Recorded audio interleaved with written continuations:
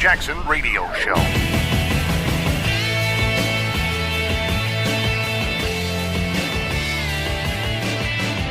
Democrats are reeling, running around like sprayed roaches.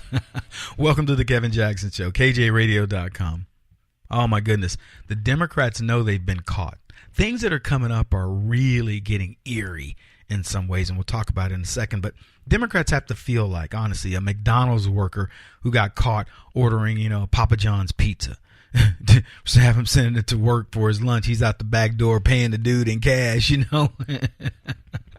Oh, man, eating out by the dumpster, hiding behind it. His boss comes out, Fred, what are you doing behind that dumpster? Nothing, boss. Is that a Papa John's box over there? Hey, Papa John's had a problem with the NFL. They were saying, look, you guys, we're not making any money. We got to look at the bottom line here. And then, of course, rightfully, their competition comes out and goes, oh, we're doing fine with the NFL. I don't think they were, but it's a smart move to say, yeah, well, they're suffering, but we're not. We make good pizza. So it was a bad move in that respect, but it was a good move by Papa John because it validated what we know about the NFL, which is they got no seats. They got no butts in the seats.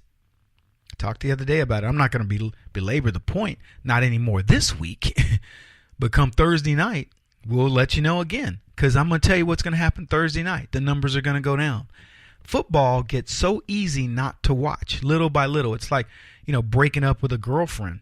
Eventually, you don't think about her anymore.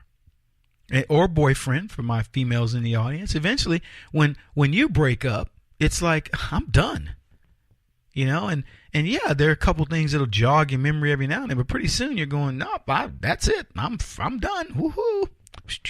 Wipe your hands of it. So, the NFL, that's what their fate is going to be. That's not what I want to talk about. I want to talk about these Democrats reeling. Like the Pepsi guy getting caught drinking Coke, snagged. Where's the Russia story? A yawn, right? It's a yawn now. It's like, oh, Russia. The story that was supposed to impeach Donald Trump is a nothing burger. And the Dems want no discussion of impeaching Trump. Have you heard that story? Nancy Pelosi has essentially said to Maxine Waters, they can't control them crazy Negroes at the Congressional Black Caucus, but Nancy Pelosi has put the word out to say, look, y'all need to stop talking about impeaching Trump.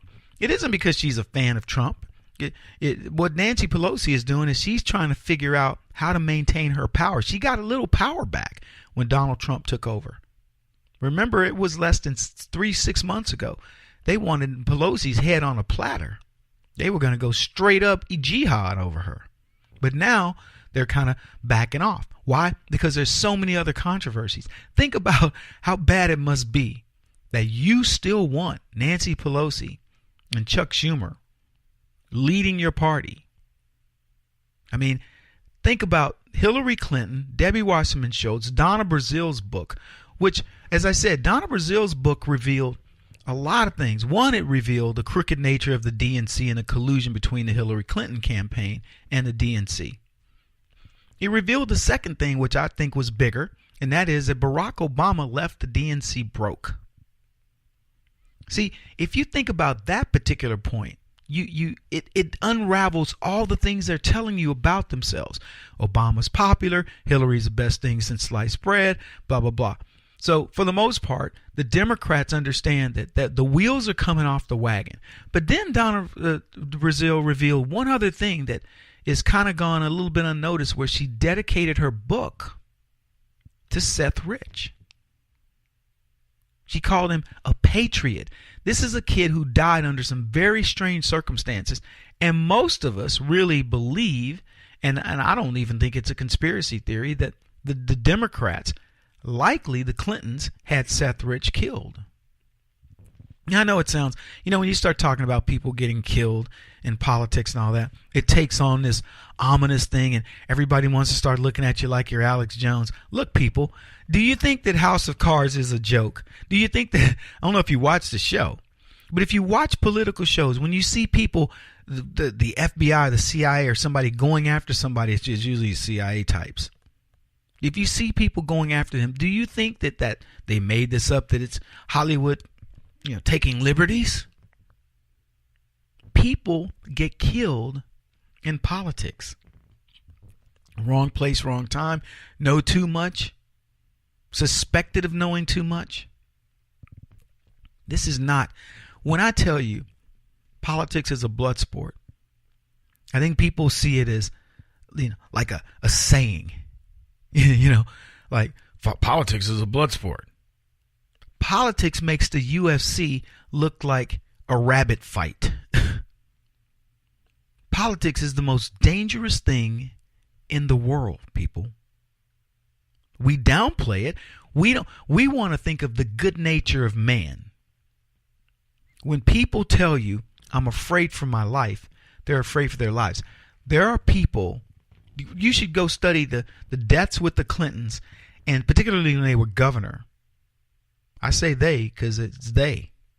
Told you guys I had to land emergency in the, not me, but the whole plane landed as an emergency in Little Rock, Arkansas. They call it the Bill and Hillary Clinton Airport. Not Bill Clinton, not the presidential airport of Bill Clinton, President Bill Clinton. No, both Bill and Hillary Clinton. And I'm going to make you a bet that within a year, Little Rock, Arkansas is renaming their airport. But here's my point. There's a guy who worked for the Clintons, and something happened. I remember in one of the stories we read when it was 47 deaths leading up to the Clintons. It's much more now.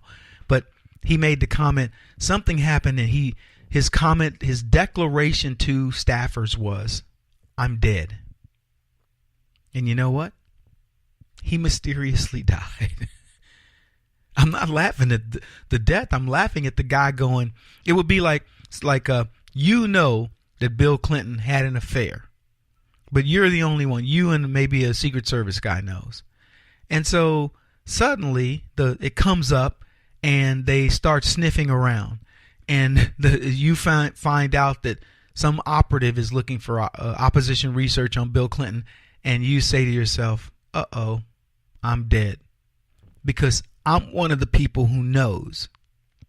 And the Clintons leave no prisoners. They leave no, what do they call them, loose ends. Thank you, loose ends. They don't leave any loose ends. So you're dead. Go read some of the stories of the people associated with the Clintons and the way they died. And look, I get it. There's no 100% proof, but like I said on TV, and I've used this saying quite a bit, if there's one buzzard circling, something might be dead. If there's dozens of buzzards circling, something's dead. And that is exactly what you find with the Clintons. Tax plans underway, folks. Now the negotiation begins. And let me tell you something. President Trump is a winner. He's going to get his tax plan, and it most likely is going to help you. Most likely. If you don't live in a state where they have a state tax, it's definitely going to help you because you're probably middle class. Got that and tons of other stuff to talk about. So glad you're here on The Kevin Jackson Show.